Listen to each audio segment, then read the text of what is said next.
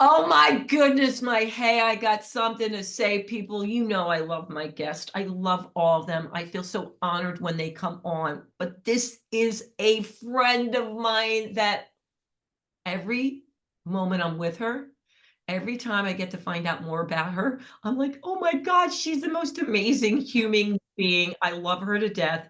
Margaret Andrews, thank you for being on the show. Thank you for having me. I'm super excited for this conversation. I always love our conversation, and this will be the first one that's recorded. That's so true. It is the first one that's going to be recorded. By the way, Margaret and I were talking forever. I'm like, wait a minute. I probably should have pushed record because there was already pearls of wisdom. And I do feel very fortunate. I seem to attract, we were talking about you think that's the world. I think most people are the most amazing humans in the world because that's what comes into my path.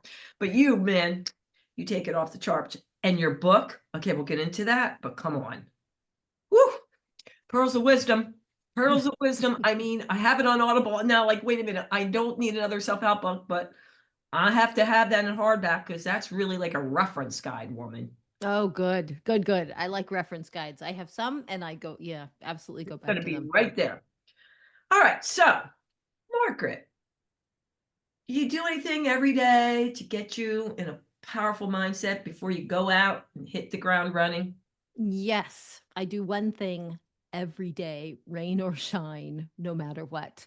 And that is really the first thing I do when I wake up as I walk out into the kitchen. I pull out the coffee beans, the grinder, a filter, and a jug for water. And I grind my coffee beans. I make coffee. And while it's brewing, I might do, something else, whether it's meditate or, start a shower, whatever, right? But it's going and just having the coffee brewing makes is the start of my day. And I enjoy that part. I'm a big coffee lover. I'm going to say I love the taste, I love the smell. I get happy holding a hot mug. So, yeah. No. And I Mhm. have different mugs. And by the way, I'm so glad you brought it up because so many people, I'm going to change the way I ask the questions to my guest. They think it has to be working out, meditating, or journaling. But I told you, I studied people for years and what got them in that powerful, positive mindset that they took on the day. And it was everything from making lists to baking muffins. Now, Mhm. everyone's way is different. And I always find unique coffee mugs. I like coffee mugs too, actually. So, yes, I have a whole collection of them, and they're for different days, different moods, different outfits. Right? That kind of thing. Yeah, absolutely. Okay, so true confession here, and then we're going to get into all your stuff. I will get in the car and I will not use a travel mug because I Mm. don't like the feel of or taste of it. And everyone knows I could leave my mug at your home because I walk in with my coffee mug. Yeah, yeah. I carry coffee all the time. And in fact, when I teach, I walk around the room with a coffee. I do use the travel mug, right? Occasionally, I will forget and walk out of the house with my coffee cup, and that's why my car smells like coffee too. Yeah, yeah. Just makes me so happy. Yeah. All right, Margaret, this is the most powerful bio and the shortest bio, I think, in 17 years that I ever had. And I'm in all of it. Margaret Andrews teaches a popular course in executive program, Managing Yourself and Leading Others at Harvard, and is the author of the new book, Manage Yourself to Lead Others. Mm. You asked for a short one, so I got it down to No one one sentence. listens to me.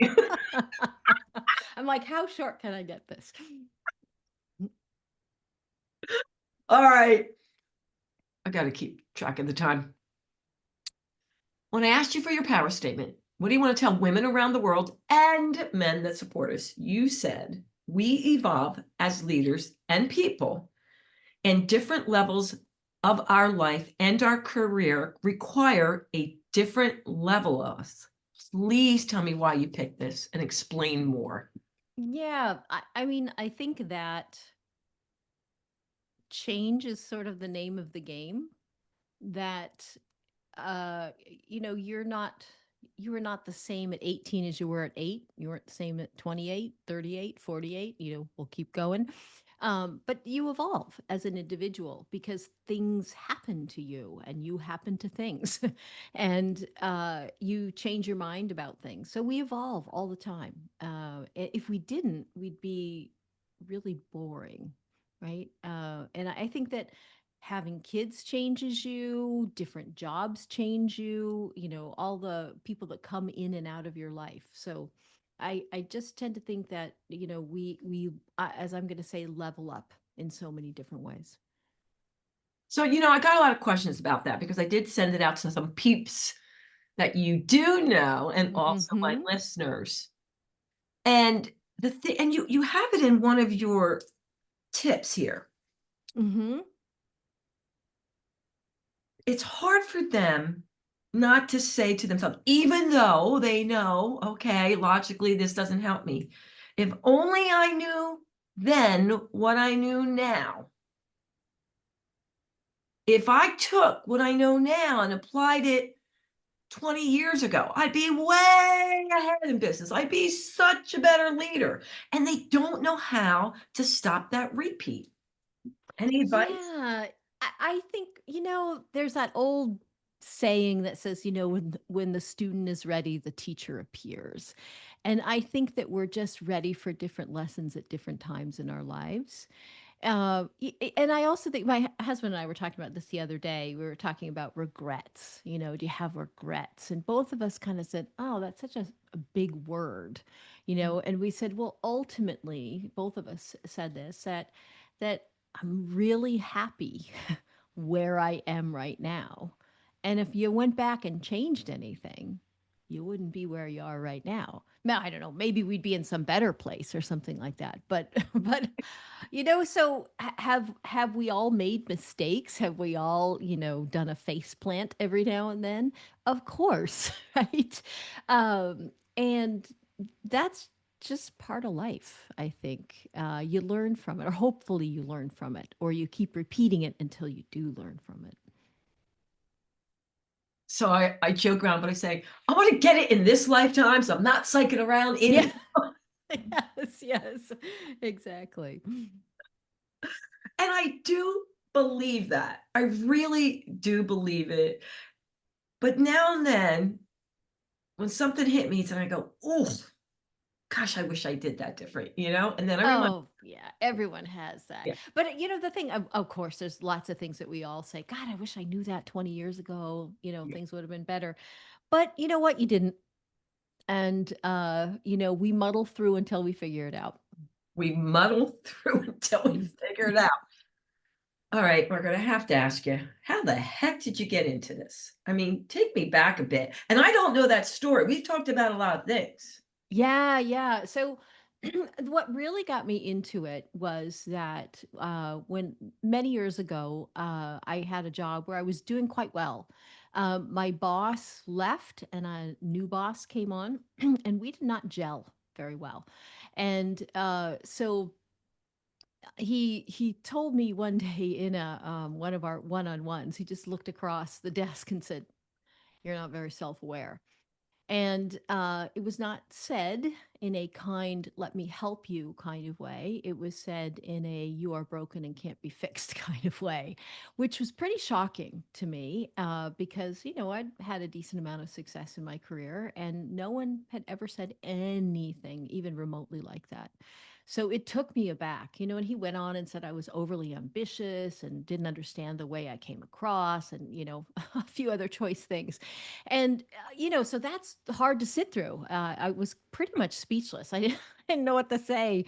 Um, but, later when I kind of calmed down and when I kind of thought about it more, the worst part about that story is that he was right. He was right that I had a team that was doing very well. And I had a couple of people on that team that I think I made them anxious. They may have felt underappreciated, not the whole team, but a few people, which meant that I really wasn't managing them that as well as I could. And absolutely, my excuse me, relationship with my boss was definitely underperforming.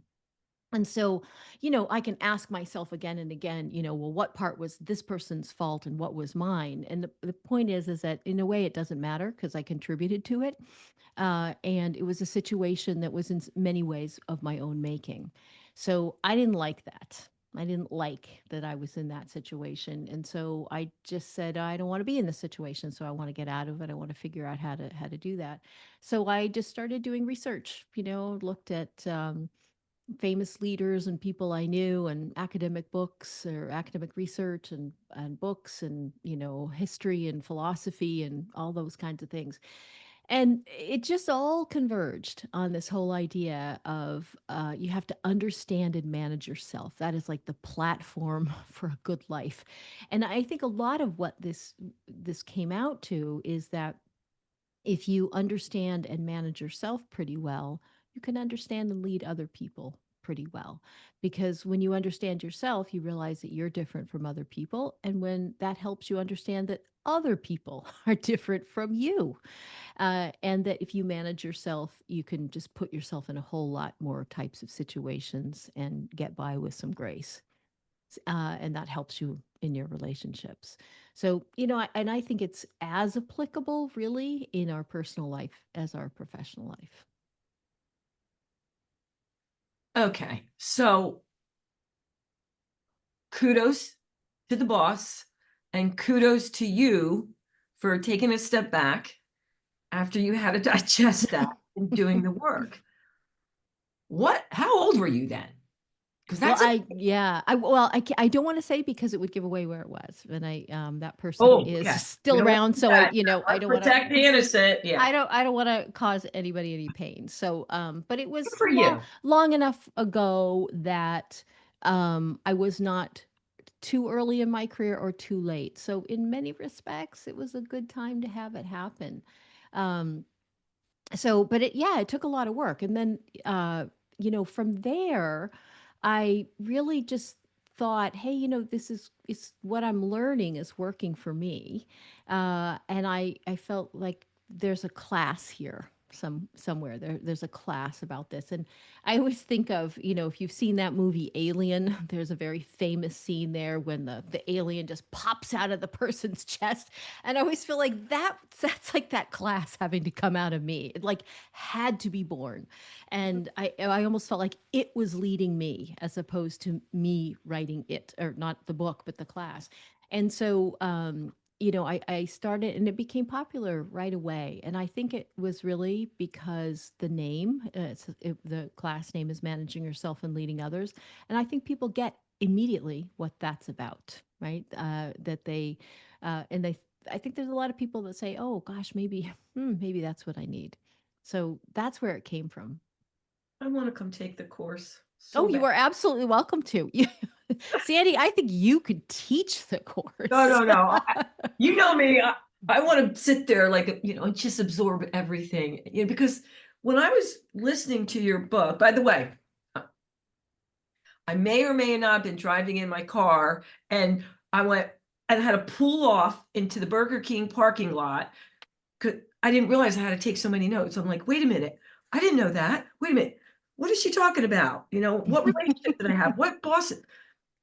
And the way you outlined it, look, you were talking about before the show. It is simple if you follow it, but guess what? It's tough too. Yeah, I think it's straightforward, Yeah. right? Yeah. It's and you may want to use the word simple, Yeah. right? Meaning there's not a whole lot of steps, but it doesn't mean it's easy, right? Yeah. Which Yeah. is why I think a lot of times people want to sort of skim the surface. And, if you skim the surface, you sort of get that level of insight. But if you go deeper, you get the insights that are going to be helpful. Some guy, oh my God, you would have been cracking up. We were at dinner and there are tons of lawyers there at the table. And they were all talking about different leadership books. And I did mention, I go, oh, I have one for you. And they're like, I know everything there is to know, the dude said. Just give me that paragraph, like summarize it for me. Give me the clip notes. And I said, I think you're missing the whole point of it. Oh, that's so funny because there was somebody who left an Amazon review that made me laugh out loud. I'm not going to get it right, but it said something like this. It said, if you, are interested in becoming a better leader, this is the book for you. If you think you're a really great leader and don't need any more help, this book is especially for you. Oh, And I thought, oh my gosh, I think that might be true. brilliant. Yay, I love that. All right, we got so many questions. We're not going to get into all of them. We'll get into some of your points, but yes, they're going to have to buy a book, of course, or take your course. But I got a lot of questions here from college kids because I go down Yeah, there and yeah. I visit my son. He goes to Tyler Art. I sit outside. I pull peeps. And the young people want to know, all right, Margaret, what challenges are we really in for after we get out of school? I mean, what Mm. I see on, she says, we'll call her Betty Boot. I haven't met a lot of great leaders. Now, again, I'm not Mhm. in my career yet, Margaret, but when you asked me to think of somebody that I would like, emulate, there isn't anybody comes to mind. Although I love some of my professors.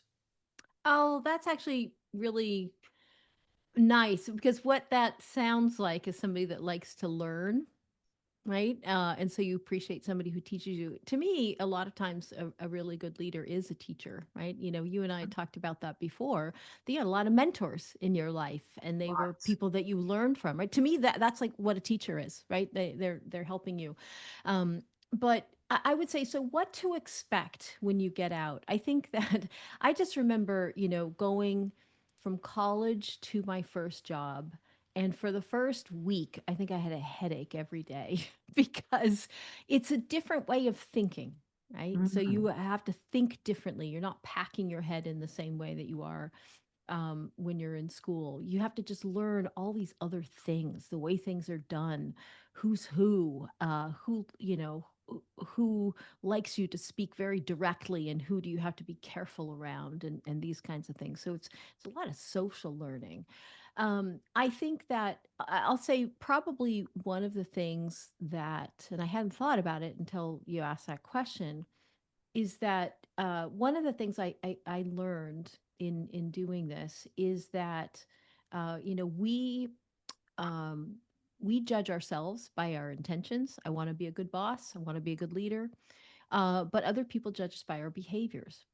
And so when I realized that, it actually gave me a lot more empathy for previous bosses because, some of the people that I thought, oh, they were terrible bosses, they were learning.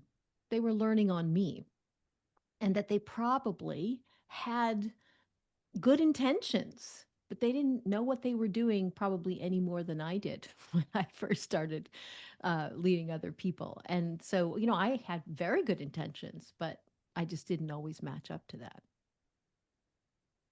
So I Mm. don't think that most people, even some of your bad bosses, have it out for you. I think that it really, their behavior says more about them than it does about you. So in general, don't take it personally. Which leads me to, I think I got this right. Even when you think you're fighting, like not a good boss, that it's your own relationship. And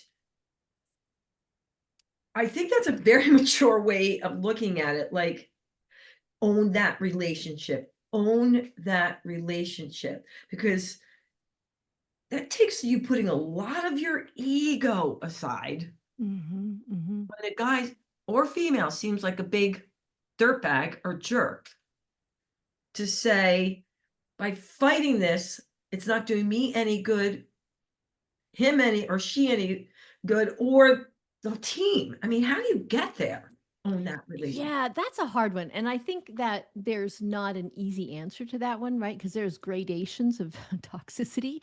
And so I think, owning the relationship, to me, I always think of it as that I'm half of the relationship, right? But that's half. And so, if that person is behaving in a way that is not helpful, or even hurtful, there are some people that you can address it with immediately, and there are some people you really have to dance around it with, and there are some people you just have to walk away from, and you have to know the difference in those. So That's a song, Margaret. That's a song. yeah, is that can yeah, know when to walk away and know when to run. Yeah, so I think that one of the words that I think I've thought of more in work relationships and personal relationships over time is helpful, as being helpful, right? That in a relationship, how can I be helpful to that other person? And sometimes that is just listening. Sometimes it's anticipating, right? That they're going to go into a meeting and they may not know this, and it may be important for them to know this before they walk in the meeting. So it's telling them, right? So just thinking of it that way. That in general, I think that most people don't mean you harm, and that most people are trying their very best under the circumstances. Just sometimes they're not up to it yet. So Agree. I yeah. agree. I 100% agree. We're going to let Bob in here. Bob's a male, but it's okay. Hmm. He wants to know, what are some of the historic misconceptions about leadership that you might try to debunk? Yeah, I think the big one is that there is a right way, or a single right best way to lead. We should all be like blank. And I think that's just wrong. So that in the classes that I teach, I put up a slide that has 10 pictures, 10 photos on it of 10 different leaders. And I change them in and out depending on who's in the audience and things like that. But they're leaders from all over the world, past and some present and things like that. And I say, hey, listen, of course they're in all different industries, et cetera. And I say, so beyond the fact that they're probably higher than average intelligence, and that we would call them all leaders, what do you think they have in common? And there's absolute silence in the room, as people are like, oh my gosh, what do they have in common? And they throw out these things like, well, they're decisive. I'm like, well, Yeah. yeah. But I say, personality wise, and nothing, right? And so I said, exactly. I said, they really have very little in common. That some of them are extroverts, some of them are introverts, some of them came from money, some of them didn't. Some of them are known to be very hard nosed. Some of them tend to be more empathetic. And I said, and that's the point, is that different leadership styles can work, but you have to be fit for context. That the in so somebody who leads NASA engineers may not be so good in leading a not-for-profit in food distribution, I or got some, you. right? So I and very oftentimes the people that are leading these things have a deep interest in what they're doing, because like I have J. Robert Oppenheimer, and he was somebody who was just very interested in the question, can we do this? Is it possible? Right. Anna Wintour as Vogue, right? Super interested in fashion and innovation in that area. did that. You're right. Yeah. That I actually think that a lot, there's a saying, and I don't know who said it. I don't think it said, the best leaders are the best learners. And I think that's why I always encourage people that, it's hard to know. They always say follow your passion, etc. And there's, good or bad reasons on that. But I think you can't really know your passion until uh you kind of mess around and find it. Or, another way of saying is you got to kiss a lot of frogs before Yeah. you find out what it is. But that's part of it. You just got to be curious and say, I wonder, my feeling is, if you have a curious inkling, oh gee, what's that, go follow it, go figure out what that is, because something is telling you to go look at it. So I think that, if you're not interested in the functional area that you're in, or the industry that you're in, you're probably never going to be great at it. You're probably not going to really enjoy it as much. So let me ask you this. Do you think all great leaders are amazing human beings? No. They wanna No, I don't. I mean, I think I don't. I think that different people lead for different reasons. You know, some people want to lead because they want power. They just want power, right? Some Okay. people lead because they want to be successful, meaning they want to make a lot of money, Okay. right? And sometimes that will lead people to do things maybe they shouldn't do. Uh, so I think that in general, I mean, and again, it's very, very hard to, I never use the word all. In fact, I never Yeah. use the word Yeah, yeah, never, right? yeah, yeah, Because I feel like there's always room. We're human and there's so much variation that you really can't say all or, yeah.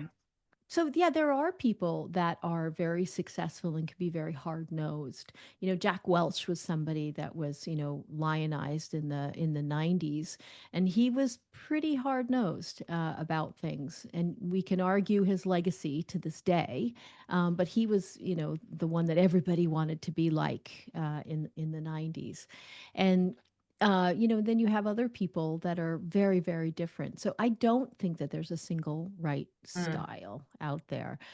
Some are going to be more effective than others, and some will be more effective in different organizations, right? Because that gets to the culture of the organization.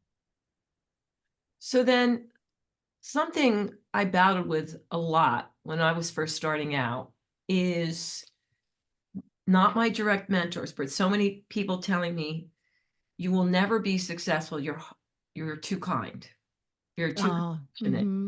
Mm-hmm. So let's go the opposite way. Do you think that you can truly care about making the world a better place and truly wanting to help humans and be kind and compassionate without, which I was told all the time, people are taking advantage of that and will continue to take advantage of that? I, Or yeah, I think that you can be kind. In fact, I do, which is in that book, the Best Boss exercise, right? And so I've been doing this just in a quick shorthand, this exercise for close to 20 years. I've done it with thousands, probably tens of thousands of people. From all over the world, every industry, etc. And so I asked them to think about their best boss. Long story short, it gets down to their top three reasons. And then we say, okay, what are these top three reasons? And I will they fall into three buckets, right? The first is intelligence. The second is around technical and functional skills, also known as like their hard skills. And the third is goes by lots of names: interpersonal skills, relationship skills, emotional intelligence, soft skills, superpowers. I've heard them called all kinds of things. and oh, and it turns out that like 85% of the reasons that people give for somebody being their best boss is in that area, and kindness is right up there. Things like they trusted me, they gave me a lot of autonomy in how I did things. They believed in me, they challenged me appropriately. These kinds of things mm, are all in there. So 85% are in that third bucket, and the remaining 15% on average is evenly split between those other two. So that doesn't mean that your intelligence and your hard skills don't matter, yeah. but they're just threshold skills, right? They get you to a certain level, and then everything else is in that third bucket. I love that question. Speaking of all the different types of leadership, that you have to be honest with yourself and ask yourself, what kind of leader, do you want to become? And then Yeah. what will it take to become that? Yeah, yeah. I mean, because I think, in many respects, you get to decide. And because you had asked a question of, can you be a great leader and a great human being? Do they always go together? And sometimes they do, and sometimes they don't. Because I do also believe that somebody who has a grand passion for something, whether it's making the world a better place or splitting the atom or, something like that, that's hard work. And they're going to be, I don't want to use the word single minded, but it's pretty close to that, to really do something Yeah. on a grand scale, to really do something big and something hard takes a lot of concentration, a lot of focus. And by definition, we all have the same number of hours in a day. So that people that are like that are oftentimes going to over index on spending time doing that, whether it's, pushing the scientific frontier or, figuring out the right stocks to buy, whatever it is. So I think that a lot of leaders are pretty work focused, but I also want to say you don't you they're not mutually exclusive to being kind, right? And I think Uh, I can't remember if the story finally ended up in the book or not. I think it did. But there's a friend of mine is probably one of the most generous people I've ever known. Just I never am with him that he doesn't say, "Oh, Margaret, I want to introduce you to so and so." mm, And just so generous with his time and his advice and everything. And one time I was sitting having coffee with him and I said, Rob, I worry about you. He said, why? And I said, well, you're so generous. I said, don't you ever get taken advantage of? Right. I said, I mm, worry that people will take advantage of you. And he said, oh, he said, yeah, it does happen sometimes.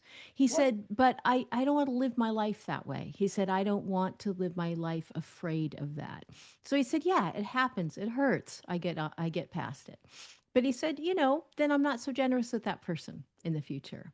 And I thought, oh, okay. All right. What I heard him say is kind of, yeah, I'm going to be this way, but once burned, twice shy, right? With people, Yeah, and it also spoke to boundaries to me as well. I like Rob. Oh, you would love Rob. Everybody loves Rob. Yeah, in fact, somebody and I were sitting there. This is years ago, and we're trying to figure out, hey, how did we meet? How did we meet? And we went through all these different things. Was it here? No. Was it here? No. Because we had all these things in common, and one of us goes, "It was Rob," right? And then we both started laughing and going, "Of course, it was Rob," right? Rob put us together.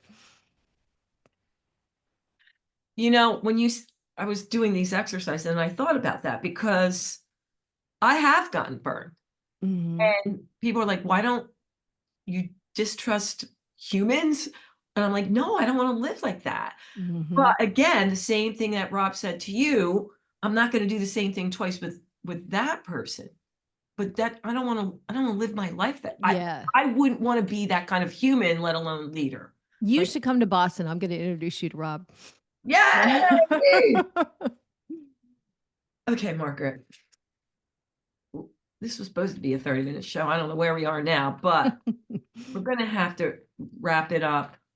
I cannot tell you how much I'm so happy this book is out in the world. First Oh, of all, yeah, thank I'm you. happy I met you. Let's just get over that part. But I know it's going to help so many people, Oh, thank so you. many freaking people. But before we get into that and where they can find the book, is there anything we didn't get in today that you want to tell women around the world and men that support us? Yeah, I don't know. It's I don't I guess I would say, figure out where you want to go and go there. If what's that saying? I think it was in Alice in Wonderland from the Cheshire Cat, where Alice says, "Which way should or what's the direction or which way do I go?" And they said, "Well, where are you going?" And she said, "I don't know." And he said, "Well, then anywhere will get any direction will get you there, right?" So if you don't know where you're going, any route will get you there. But if you know where you want to go, and this is the idea of, what kind of leader do you want to be? And Yeah. then now what do you have to do to get there? That, I just think we have so much more agency than many people think. You oftentimes hear people say, I can't do this because of A, B, or C. And I always think, well, okay, which do you want more? Because there's always trade-offs in what you want. Yeah. And again, not simple, straightforward, but But hard. Yes. Yes. Yes. There's always trade-offs. There's always trade-offs in things. I, I have to just say, because it reminds me of the people, but there was a gentleman, and unfortunately, he had gone through a lot of trauma in his life, and he just kept pushing it down in. He was having health problems, and he read one of the books, Body Keeps the Score, Mm-hmm. and he thought, maybe that might have to do with some of his traumas, and he's in his late 60s. And so he was talking to me about it. He saw one of my speaking engagements, and he said, yeah, I'm going to do some more research on it. I go, do you think maybe coach there was maybe work on the stuff Yes, no, and let's just stop the research and let's just dig in. Yes. No, it wasn't happening. I get it. And it was funny because for some reason I was thinking of this because you got to do the work. You Yeah, have to. you do. And that's the thing. I mean, I guess that would be the other thing I would say is that there's a thing in there about the knowing doing gap, and that I remember one time in a class we were talking about, listening and really kind of listening to hear what people are saying as opposed to thinking about your grocery list while they're talking kind of thing. And one person in the class said, "Yeah, yeah, yeah, I know." And then I said, "Well, how often do you do it?" And they think for a minute. They're like, "Well, not all that much." Right? And I'm like, "Right. We all know that." Right? We all know that. But the question is, do we do it? And a lot of times we don't, because we think, "Oh, because I know I should, here's how to run a meeting, or here's how I want to deal with people." If you don't do it, that's that knowing doing gap. You don't get credit for knowing it. You get credit for doing it. Okay, I'm gonna put that down too. My other thing, doing it. Okay, enough of the love fest. Where can Uh, they buy your book and find oh, you? yeah. Tell us everything. Sure. So the book is available most places books are sold, certainly online, Amazon, Barnes and Noble, Bookshop .org, which support your local bookstores, which I'm always in favor of. And you can find me the best place really is LinkedIn. I'm Margaret C. Andrews there. There are lots of Margaret Andrews. There's only a few Margaret C. Andrews.